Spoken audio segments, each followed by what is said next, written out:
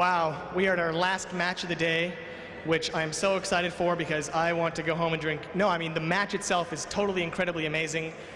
We have a Protoss and a Terran player, my favorite matchup. Both of them are stellar players, but only one advances. This player will be our last qualifying player to make it to our bracket tomorrow.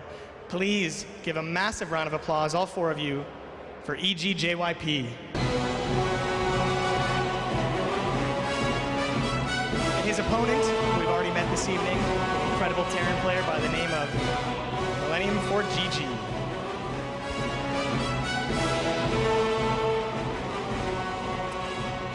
All right, guys, you ready?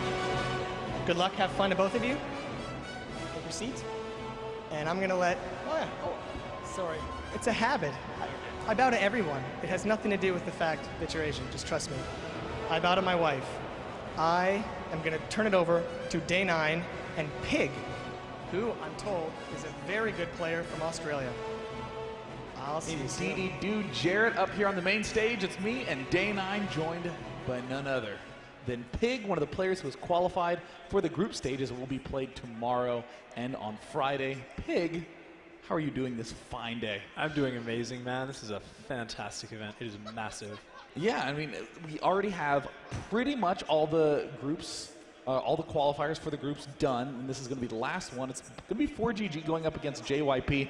I know ForGG has been showing a lot of flair in foreign tournaments. JYP's had a little more history in the foreign tournaments, but what are your thoughts on how the game could pan out? Well, I think ForGG has like 1,000 builds up his sleeve. Obviously, you know, yes, he won an OSL not all that long ago, and he's basically, he's been doing really well. I remember just a few weeks ago he was doing really, really well down at Assembly. I believe he got third at that tournament. So I think he's going to bring some really cool builds. And JYP historically has had trouble against Protoss. Yeah, trouble against Terran. Against Terran, yeah. Yeah, and I mean, it is kind of interesting to note the types of builds that we see ForGG doing that I'd probably say that for the last year or so, up until very recently where Tage is sort of turning everything on its head, Terrans have liked to do this kind of longer-term Terran versus Protoss with a lot of early upgrades, getting out-upgrading the Protoss player. Sure, the mid-game drops are part of the play, but it's kind of the big crush your Protoss opponent before he gets too strong style of play. But ForGG goes for fast Hellion drop into Cloaked Banshee. You see him doing Proxy Marauder. You see him doing Proxy Reaper expands. You've seen him do 3 racks Reaper against Protoss, which is not something I've seen in a really, really long time. But JYP does have a little bit more of a standard core stable style. Nothing too mind-blowing in PvT. He's a really safe player as well, actually. Yeah, so I think if we see something like a 1-1-1, it's always interesting to see how JYP tries to combat that. I've seen him do a lot of kind of opening one-base Phoenix and then going into the macro game with that sort of scouting and maneuverability. So I think it'll be really interesting to see how this game actually pans out. Yeah, ForGG, his opponent, I mean, kind of an interesting story of ForGG. I like that you brought up the Brood War days, the glory days, when ForGG managed to 3-0 Jaedong in their MSL finals. Obviously, he's a tournament caliber player, but kind of had a weird up and down in StarCraft 2. There was like a lot of expectations, and then he did well in qualifiers, and then he fell out of GSL, and then performed brilliantly on ladder, and then joined foreign tournaments. And now this is sort of an interesting position for ForGG again. He's trying to really get a solid win, move on to the group stages, and hopefully get, like you were saying, another 3rd place at Assembly. Yeah, I mean, I think it's going to be really, really good opportunity for him to show what he's got, what he can bring to the table. I mean, there's a lot of up and downs, like you said, but I think that's kind of StarCraft too. It's still evolving a lot. And he found a lot of success when he first got into GSL with a lot of very aggressive plays, which people just hadn't seen for a while. I believe there was kind of a move towards the heavy macro game, and people just weren't used to the sort of pressure he was piling. And we saw like Reaper drops and all sort of cool stuff. Oh, Reaper drops. Oh, the only thing cooler than a Reaper drop is a landed Viking loading into a medevac being dropped. That is the sweetest thing ever. That blows my mind when I see it. Well, because I actually want to ask, we're talking about how JYP is more of a safer player, but ForGG, who's very aggressive, is there an adjustment or a way in which you should play safe for JYP to deal with those huge variety of ultra early 1 to 2 base aggressions from ForGG? Yeah, I think it'll be interesting. I mean, there's so many timings in that early game. You can't just say, oh, play safe, because if you play safe, 2 or 3 steps of safety and you're just way behind in your macro. They could still hit a timing 7 or 8 minute mark and you're just not going to be able to hold it. So I think you'll be on the ball looking for maybe something like a proxy factory, maybe Marauder Hellion type aggression, a lot of things that can go on. But I think JYP is going to have to take a couple risks in there to make sure he doesn't fall behind and just play out a standard solid game. I think that of all things that I haven't really seen JYP do a lot of, it would be counter-response all-ins. I'm envisioning the one gate expand, but then going into the very fast 2 Colossus, 7 Warp Gate Stalker, just crush them right at the 10, 11 minute mark. And I've seen ForGG be quite vulnerable to that sort of play before. Interesting. Yeah, I think we'll have to just see how that plays out. But JYP could definitely get an opening there, just joining that game. Yeah, we'll be Entombed Valley, which I always think is like the special build map. You have 3 bases that are really easily tucked away, so certainly the macro play is good, but also the distances are ultra short for cheesy things. There's those weird cliff formations where bunkers, tanks, banshees, Colossus can just manipulate so easily.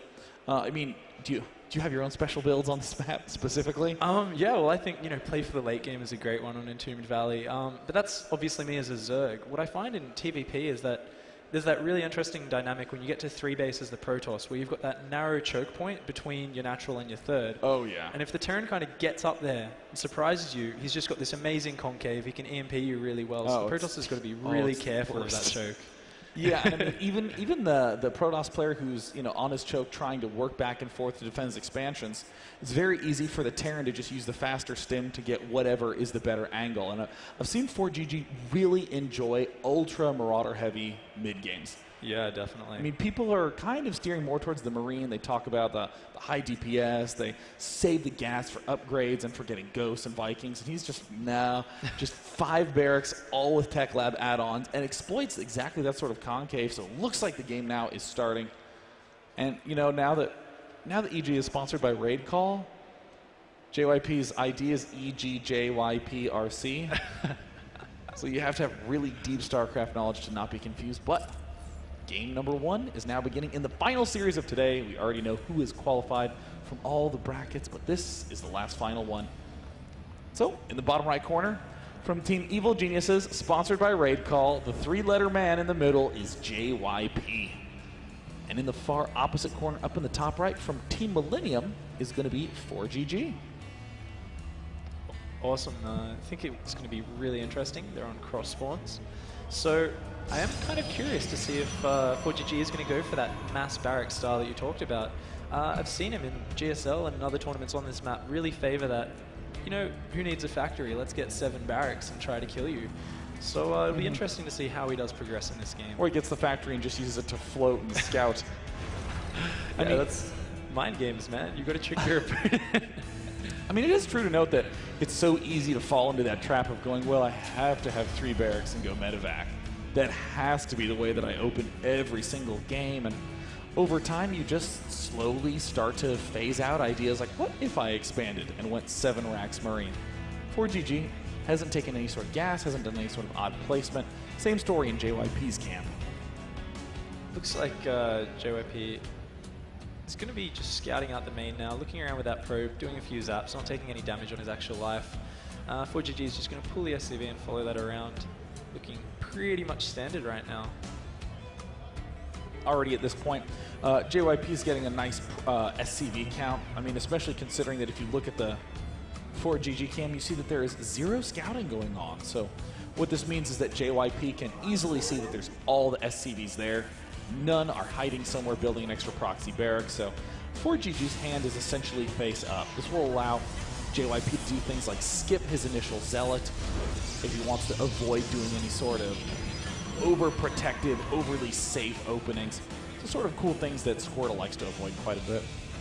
And he went in there and tried to actually hide the probe in the main base, tried to kind of dodge that SCV. The SCV did see it, so he's following him down now, seeing the command center go down.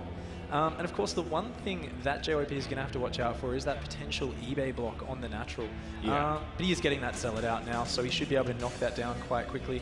And ForGG going for this very late scout is actually only going to arrive in JYP's base around the time that first Stalker pops out. And it looks like there's a Stalker coming out. Will there be a Chrono Boost? No, interestingly, just a Chrono Boost on the Warp Gate. Ooh, look at this. 53 energy on the Nexus. I mean, this actually looks quite a bit like ForGG, or excuse me, JYP could be preparing for some sort of super early Chrono Boost Warp Gate play. There's the second Chrono Boost on the Warp Gate. It's definitely looking like that. I mean, this is the classic kind of 4-gate cues. It could be because he's seen that ForGG didn't scout yet. He was thinking, you know what, I'm going to put these Chrono Boosts in, and if he does happen to scout it, I can always transition out, take that expansion, and all I've done is spend an extra 2 Chrono Boosts on my Warp Gate. And it looks like his choice is to add on 2 more gateways. Here comes the third Chrono Boost. Well, at least, almost certainly, third Chrono Boost should be going down the Cybernetics floor. It is going to be a 4-gate. I like this play a lot on this map. This is one of the few maps where you can both 4-gate, and if it fails, you just double expand. And thanks to this really nice fat ramp at the front, you can easily defend with just basic gateway units. Yeah, I mean, that's really quite a good point. You can always hold that ramp with force fields very easily, even if you do end up losing a third base.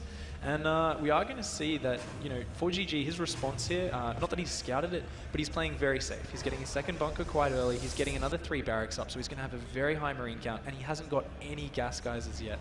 But that being said, you know, this first warp-in is going to be coming in about 20 seconds. We've only got 5 marines out, a 6th about to pop, but now as 4 marines start to produce at a time, the timing window for JYP is going to be very, very narrow to get any damage done. I mean, the one fortunate thing about JYP's position is that he can warp in 5 total Stalkers, and 5 is the number that you need to be able to one-shot repairing SCVs. So that's really going to be the big play that JYP is going to go for as he's moving up this ramp. The Marines loading in with ease, and it looks like there's the SCVs pulling off. Is he going to target fire those SCVs? It looks like he's decided he wants to target fire the bunker. A big flub by JYP as ForGG just easily repairs, taking almost no damage whatsoever. It looks like he lost a single Marine. That was absolutely disastrous. Oh no, a single worker. Oh, actually, he killed nothing in that attack. This is actually the initial SCV scout that got killed off. Yeah, and I mean, not to call it early, but this game is looking in a horrible position for JYP. He's warping in another Zealot and a Stalker. He's going to have 4 Zealots and 7 Stalkers, but like 2 Marines with, 2 bunkers, sorry, with 18 Marines out. There is no way he can break this, and unfortunately he's completely all in right now. He might do the kind of, let's wait for a few more warp-ins, hope that our opponent sells the bunkers, but I don't see that happening. ForGG still has only just got his first 100 gas up, taking a third CC, and those Marines moving down that ramp right now. Well, the Marines, looks like they did end up seeing that pylon. Looks like they're going to try to flirt with that edge of death, try to pick off the pylon, but here comes all the forces, and oh my god, this might be exactly what JYP needs. He's getting some nice hits, picks off a couple Marines. Can he get more? He's continuing to dart up, and there's the retarget fire. Tons of Zealots are at the front, but right now JYP's unit count is looking fairly slim. This easy click repair from ForGG is going to lead us to a very, very fast game number 1. And there it is, the good game. A little bit of a lackluster first match, but I'm not going to lie, that build on that map, totally acceptable to do, but just easy for barracks response from ForGG. Yeah, you've got to take those risks. You've got to obviously study your opponent's play. I'm sure it's something JYP is probably somewhat familiar with how ForGG plays. He's probably thought there's a good chance of this working on this map. Unfortunately for him, you know, as whenever you're being aggressive, if your opponent responds just perfectly, it can be very hard to make that aggression work. And I mean, already he had the 4 barracks going. That was his build order of choice. He pulled the SCVs immediately. That was just a fantastic kind of build order win situation for ForGG. I mean, there are ways to do the 4-gate where you just go for an edge, using the 5 Stalkers to try to do a good amount of damage to those workers. Kind of relies a little bit on your opponent going for a 3 barracks, but still you can pick off 5 or 6 workers right off the bat, expand, continue to spend Chrono Boost on your probes, and slowly pull ahead in economy, and know your opponent's going to be a little bit more defensive, but there just didn't seem to be a follow-up for JYP. Yeah, I mean, it was actually really interesting. As I said, you know, he might do that. Let's hope he salvages the bunker. Let's kind of trick him into thinking we've backed off and building up the economy. And ForGG actually moved down that ramp and came so far out, he almost got sandwiched there, but even getting that slice of Marines off, it wasn't enough. Got back to the bunkers. But yeah, I mean, there's always ways to make it work, and I think getting an edge there may have actually been a really good choice, but unfortunately it just didn't work out. But this is a best of 3, of course, and we are going into Cloud Kingdom. Yeah, Cloud Kingdom, I think, is a really excellent map for 4GG style. That's a lot more barracks heavy, a lot more aggression focused. We haven't really gotten the chance to see that, but there were hints of it in that last game, the 4 barracks and then the 3rd command center before committing to any other tech. Absolutely.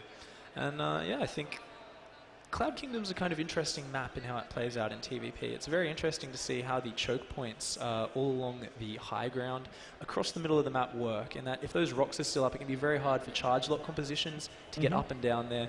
Obviously, the watchtowers as well, both being just below the high ground, offer this great vision for ghosts and all sorts of units. So we're going to have to see how it goes. Yeah, I mean, I really think those ridges are some of the most important aspects of the entire mid-game. The fact that Colossus, Stalkers with Blink, even basic Marine Marauder can exploit it so well. The map has now loaded up, and down in the bottom left we see the man who's currently down 0-1 after attempting a little bit of a risky 4-gate in game number 1. It is EG's JYP. And up in the top right, now on Team Millennium, the good old MSL champion 4GG. God, I feel so warmed. It's like when you have that eggnog on a Christmas morning. It's nice and hot. You just feel that tasty little burn, and you say, oh, I'm at home. It's that wonderful Brood War reference. And actually, you know, that's kind of funny because pretty sure the warm air conditioning just got turned on. But here we are, and it looks like going for that depot in the mineral line for GG, just going to be opening up that standard barracks. JYP going for that 13 gate as well, right up near the front. Can use that as a bit of a wall-off in case some sort of 2 racks pressure comes in. Can really choke up any Terran bio units trying to push up that ramp. Yeah, I do like that point quite a bit. I mean, so often players will just auto-default build the gateway somewhere in their main base and start struggling versus, especially the Hellion-based openings, like the Hellion Marauder you were mentioning before the match began. And you can just easily say, oh, what is he doing? Reactor Hellion? Well, I'll just wall this off temporarily with 2 pylons. Same thing the Terrans have been doing. It's a little more expensive to put the supply depot down. You actually have to kill a building, but still, it can help a lot versus Hellions. Yeah, it absolutely can. As we were saying earlier, it is something that 4GG does favor. JYP kind of juking that probe in, but then going in for the full scout. He's going to see that orbital's finishing, can do a counter those SCVs and see that there is no proxied racks, no 11-11 sort of build coming out.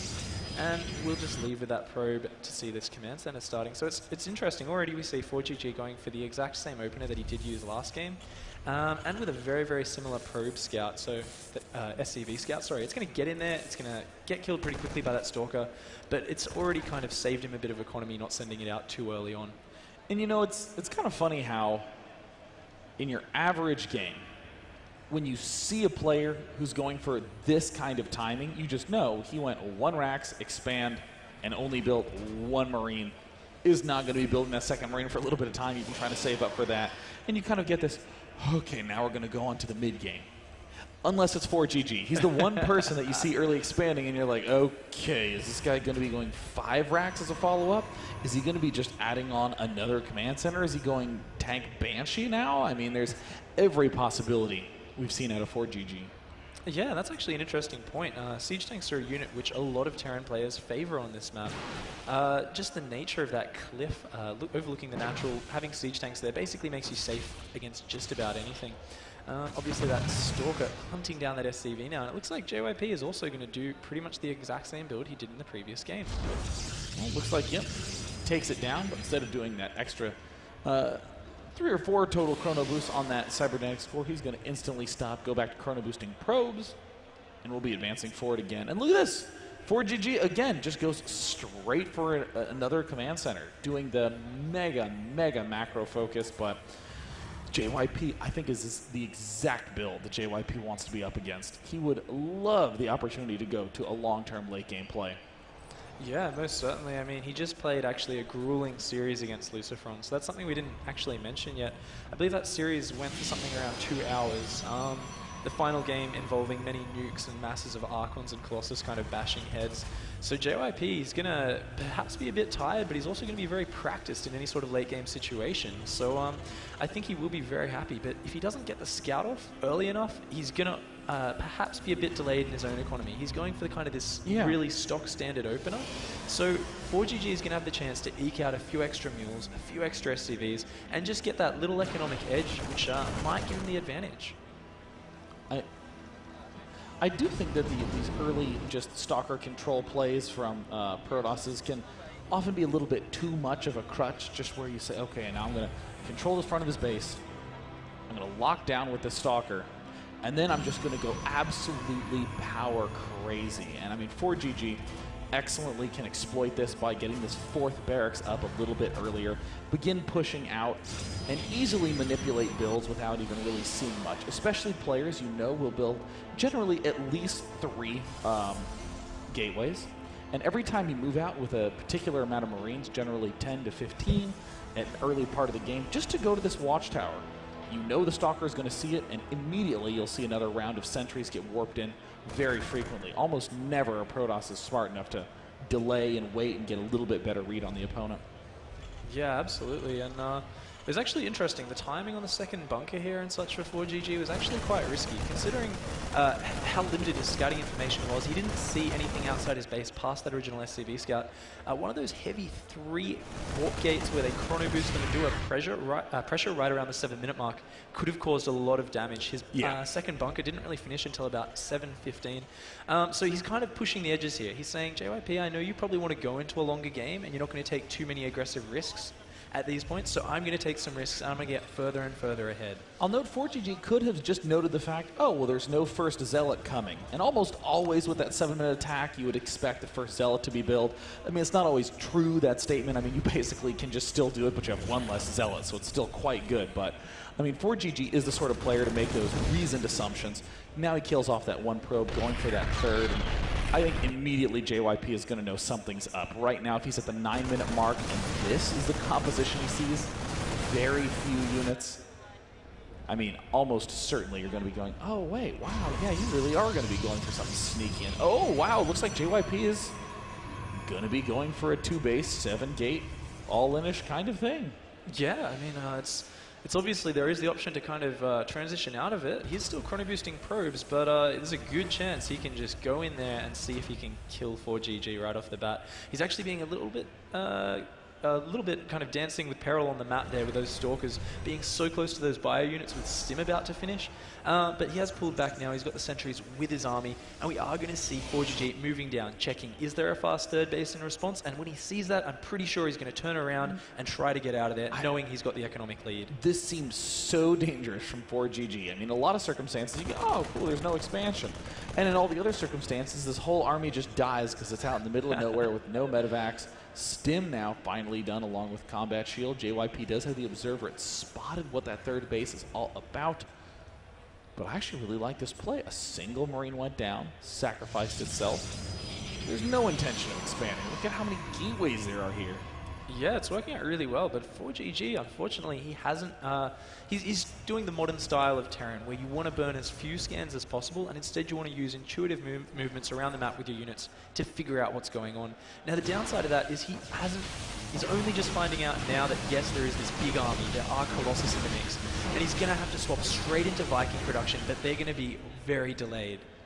Yeah, very delayed, and in the unit station you see only 4 medevacs. This means that ForGG really can't afford to harass and deal with an attack at the same time. He needs all those 4 medevacs together with one big army. And now it looks like JYP just wants to go for the jugular right now. ForGG will likely have to lift, but with these 6 tech labs out, ForGG is getting 6 Marauders at a time, his trademark style. He is going to pull back. He's going to lose a lot of these SCVs. He hasn't even started to set up any bunkers yet at his natural. This is going to be a really hard fight to take. In this cramped-in space in this corridor, with the right force fields, JYP has got a strong chance of taking this game right here. ForGG really carefully just letting the positioning fall into his favor.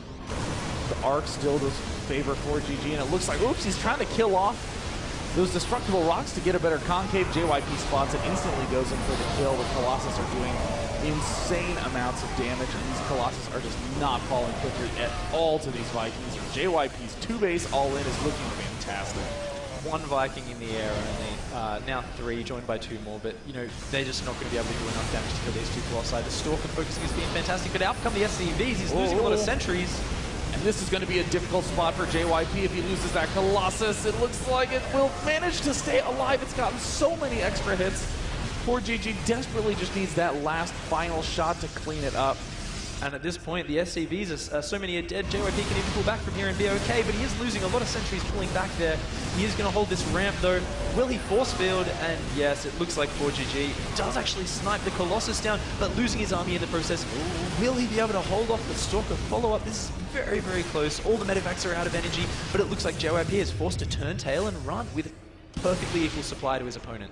I mean, this is kind of an odd spot. We have a very high supply in workers for the Protoss and a very low one for Terran, and literally the flip-flop when it comes to army supply. So they both are quite even in that supply tab, but ForGG does have that third command center. He can construct about as fast as a Protoss, who's burning all the chrono boost on those probe counts. But I mean, right now, who do you feel like is at an advantage? It's actually really hard to say. I think both sides have got different things going for them right now. Obviously, ForGG, he actually does have the bigger army because his SCV count is so much lower. Also, his economy isn't as much lower as it would seem. We are seeing 55 probes over 29 SCVs, but he is dropping 3 mules at a time. So his saturation is going somewhat okay. He is also at +1 upgrades. However, we see him with kind of no way to safely take his third base right now. He's a little bit kind of afraid of any sort of follow-up attack. JYP, on the other hand, he's going for the double forge. He's getting his third base down. So JYP is really setting up to go into the long game, and it looks like ForGG is going to join him and do the same. I think it's actually pretty much even. ForGG, I think, does need to do a big attack very quickly, and with these 2 medevacs popping out, I think that's going to be his signal. Right now, he does have 5 medevacs out, but they are just super low on energy, can't really do anything. ForGG is going to have to continue to drill right here, right now with this attack. He is macroing very nicely out of all of his structures, and again, you'll note that predominance of the Marauder. JYP doing a nice little play, might even pick off a single Stalker with a single Marauder, and there he does manage to get one. There's a lot of Zealots in this composition. This is going to do very well against the Marauders, but that doesn't change the fact that it is 110 army supply for ForGG over only 78, and the engage begins. He does push in here. These Vikings doing massive damage. Looks like that one Colossus that didn't die in the original battle finally does. ForGG continues to step forward. This Marauder-heavy, ultra mid-game army just giving JYP a world of trouble. I mean, without the blink, without the excessive speed Zealots, I mean, JYP is going to have to rely on pushes like this where he has to stay focused and micro during them. Oh, some decent force fields go down, but ForGG's micro pulling this squad around the left-hand side is fantastic. He's focusing down the last Colossi, and it drops. The rest of the Zealots are disappearing. The probes are coming off the line. JYP's upgrades finishing at the tail end of the battle. That was the perfect timing for ForGG, and it worked out perfectly. And there's the good game, literally, in just a matter of minutes. He took a game where he was on the verge of losing, constantly having to pull all sorts of units every which way, and then just suddenly won. That was a really big turnaround. I think JYP, it's not necessarily saying it lost him the game, but a few things that happened around when that game turned around was when he started to lose that last Colossi. He'd done a lot of SCV damage. There were a few moments where he kind of moved his sentries around while they still had energy, started pulling them away and started losing them when he could have dropped a few defensive force fields, perhaps let less of ForGG units follow him down that ramp. Perhaps cutting that up a little bit would have allowed him to maintain his army composition, his high gas sentry units, and then when he pulls back, he can put that gas into more Colossi, chrono boosting out some more defensive units, and perhaps be in a better situation.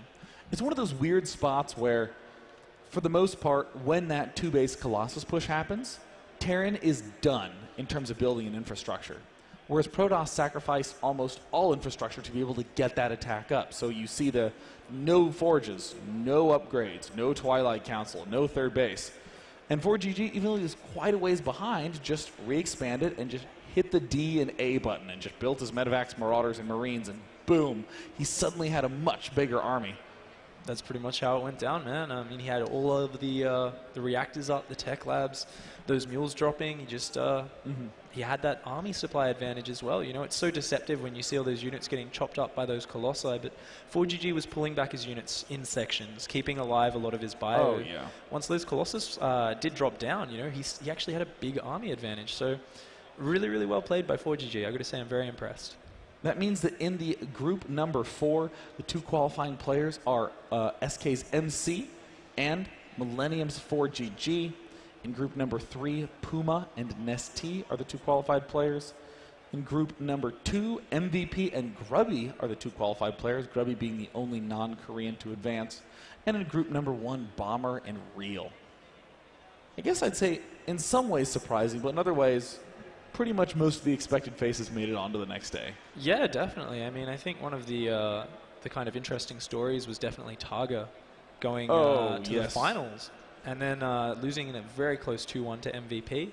And then going down 0-2 to Grubby in some very tight games as well. So that was a really interesting group. But I think Real has really shown a fantastic performance throughout this tournament as well. So that's another guy who's getting a lot of attention now. And by the same token, I think there's a lot of people surprised by Naniwal's results, dropping to Younghua and originally Aura's, the French player, in the winners round. So certainly a lot of notable names didn't make it through. Other notable names, we have Bly and Tarson were unable to make it to day 2. We had the Korean players Oz and Ace unable to advance.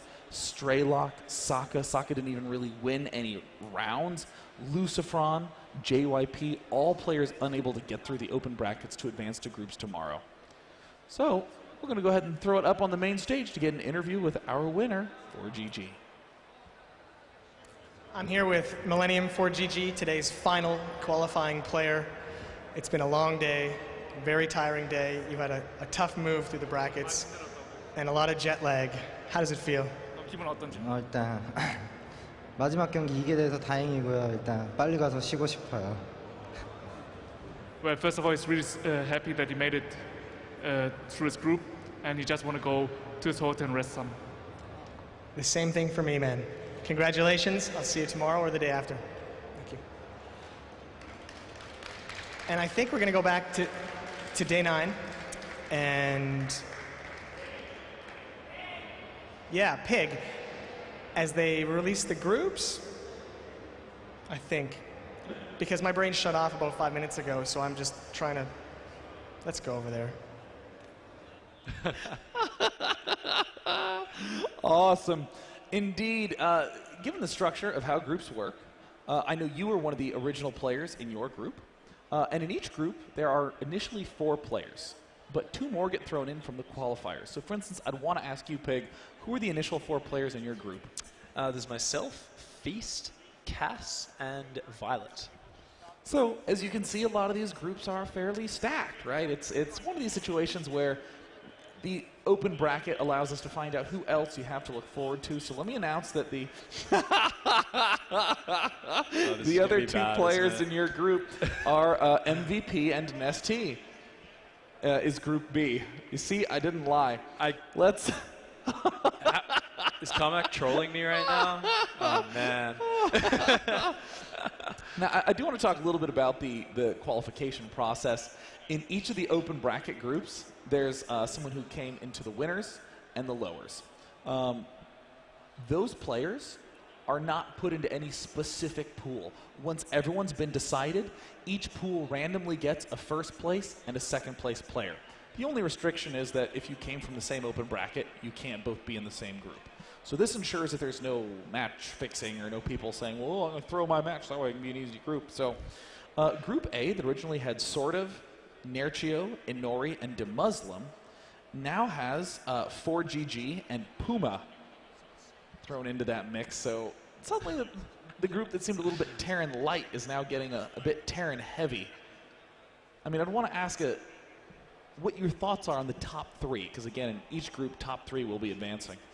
I think sort of someone to watch out for. I think sort of is going to be in there. Nerchio, he's an amazing player as well. I'm picking the Zergs because I love Zerg. I think Inori's really stepped his game up. If I had to pick 3, I'd say Inori, Puma, and sort of. I like it. I like the faith in Sort of, who just performed so brilliantly at the WCS finals for Sweden, barely losing to Thorzane, who in a just brilliant final series. Now, of course, again, I'd love it if you read Group B, the group that you are in, to our wonderful viewers at home. All right, so we've got Feast, Cass, Pig, Violet, MVP, and Nest-T. Oh my God, MVP and Nest-T, that's so awesome. You know, if I had to pick 3, it would be MVP, Nest-T, and Pig. Oh, that's sweet, man. I'm that's pretty sweet. adorable. In group number C, we have Slivko, Elfie, Moonglade, Minigun. Were the original 4, and the 2 players who qualified are Bomber and Grubby. And again, this is slowly turning into a similar story we see in a lot of events, that the players who show up the day of to do the qualifying process often tend to be the scariest names around. So no matter who gets put in your group, you're disappointed. Yeah, man. I mean, I think I've got a call. I think Moonglade's going to get out of that group for sure. I think there's the Aussie pride. Yeah, man, Aussie pride. I think Bomber or Grubby, you know, they're both really strong as well. So let's see who plays better on the day. I honestly think that it will probably be a battle between Bomber and Grubby for that first place spot. I mean, both of them are just playing brilliantly. The only thing that I think is counting against them is the tiredness that both of them are dealing with. Grubby having had to play through so many games in his group, and also Bomber with the jet lag coming from Korea. And last, Group D, if you could read that one for us, Pig. Oh, we have Hasu Orbs, the German beast, Vortex Supernova, and Killer, the Chilean Killer. Fantastic Zerg player. And the 2 from the open bracket are SKMC and Real. 2 Protosses. Yeah, I actually think that that's a pretty well-rounded group. I think the person who's going to be most happy is Supernova, because he only has 2 matchups, versus Terran and versus Protoss. Yeah, definitely. I mean, that makes preparing just that much easier, and gets to avoid that nasty mirror match, which is always interesting when you get to avoid versing your own overpowered units. So. So I would like to note that Group A and Group B will be played tomorrow. Group C and D will be played on Friday. You can catch all the action at esl.tv/IEM or just day9.tv, because it's co-streamed everywhere. So without any further ado, I'm Day9. I'm Pig. We're going to throw it back to the main stage for a goodbye with Jarrett. See you bright and early tomorrow. And so ends the first day of the Intel Extreme Masters Gamescom. Thank you so much for tuning in. In case you weren't aware, today was industry-only day at Gamescom, which is why the audience was a little bit scarce and a lot of bit noob, to be frank. Come back tomorrow and the rest of the week, and you're going to see this place pumping, standing room only. It's going to be incredible. I'm going to be incredible. The players will be pretty good. Seriously, join us. Seriously. Please.